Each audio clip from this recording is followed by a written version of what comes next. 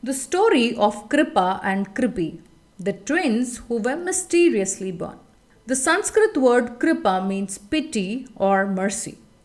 According to the Mahabharata, Kripa and Kripi were both twins who were adopted by King Santanu out of pity. Kripa was given the title Acharya or master as he was an expert archer. According to the Adi Parva of the Mahabharata, a boy named Saradvan was born to sage Gautama and his wife Ahalya. Contradictory to this account, some later Puranic scriptures such as the Agni Purana mentioned him as Gautama's great grandson. Saradvan showed great passion in archery, and as he matured, he became a great archer. He once did penance to become undefeatable, but this threatened the Devas, especially Lord Indra. So Lord Indra sent a beautiful Apsarasa, Janapadi, from heaven to distract the celibate saint.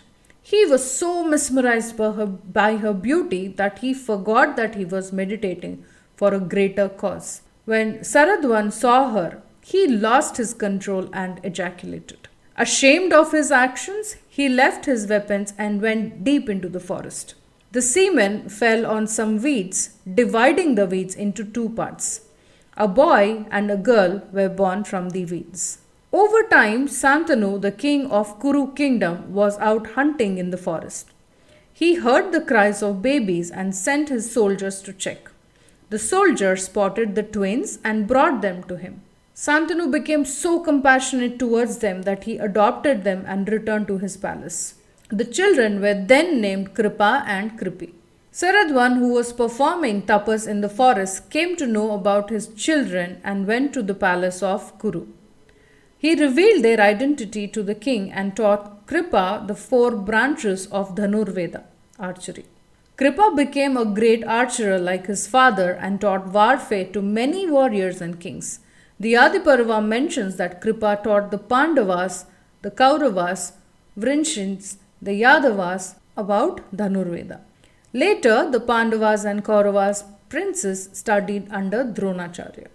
In the Kurukshetra war between the Pandavas and the Kauravas, Kripa supported Duryodhana and fought from his side. The Udyoga Parva of the Mahabharata mentions that Bhishma, the commander of the Kaurava army, declared Kripa as a mighty warrior. During the war, Kripa fought with many warriors including Brihatshetra, Chikintana, Satyaki, Sahadeva, Arjuna, Bhima and many more. He also defeated Shikhandi and Yuddhamanyu as well as killed Abhimanyu's guards. Suketu and Kalindi prince, the Sahalya Parva mentions that Kripa advised Karna to make peace with the Pandavas. On the 18th day of the war, the Kauravas side was defeated and Duryodhana was killed by Bhima. During the night when the Pandavas were absent, Kripa along with Aswadhama and Kritavarma raided their camp, burnt it and massacred the remaining Pandava army. Kripacharya was one among the Chiranjeevis, the immortals, who will remain alive till the end of the Kali Yuga, the last of the 4 yugas. According to some scriptures, Kripa and Aswadhama were cursed to remain immortal and suffer because of their sin they committed during the Kurukshetra war by setting afire the Pandava army. Kripacharya was the only survivor remaining from the Kaurava side. He was appointed as the teacher and preceptor of Parikshit. Parikshit was a Kuru king who reigned during the Middle Vedic period, along with his son and successor Janamejaya. He played a decisive role in the consolidation of the Kuru state. He was also the grandson of Arjuna, born to Uttara and Abhimanyu. Along with others, Kripa is considered to be foremost among the rishis in Kali Yuga. Kripa became one of the Sapta rishis in the 8th Manavatara. Now, Kripa's twin sister, what about her? What happened to her? She married Dronacharya. Dronacharya's legend as a great teacher and a warrior. According to Hindu mythology, he was a strong influence on Indian social traditions.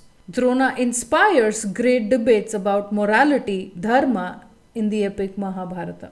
Drona went to Hastinapura hoping to open a school of military arts for young princes with the help of King Dhritarashtra.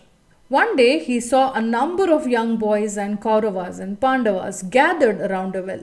He asked them what was the matter, and Yudhishthira, the eldest, replied that their ball had fallen into the well while playing and they did not know how to retrieve it.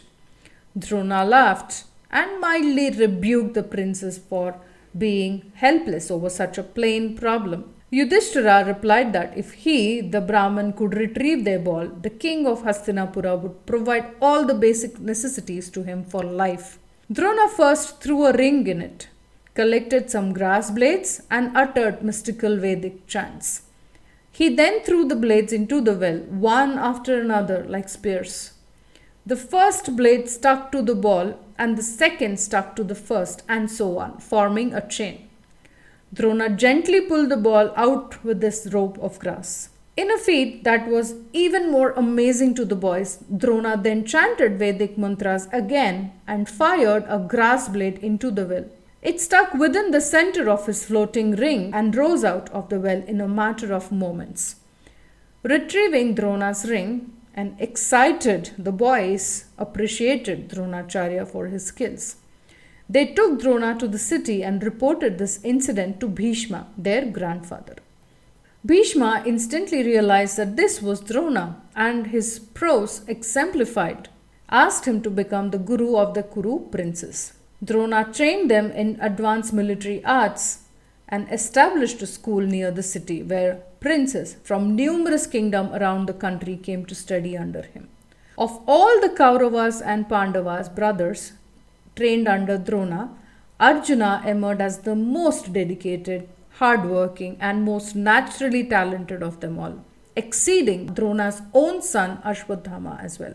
Arjuna assiduously served his teacher, who was greatly impressed by his devoted pupil.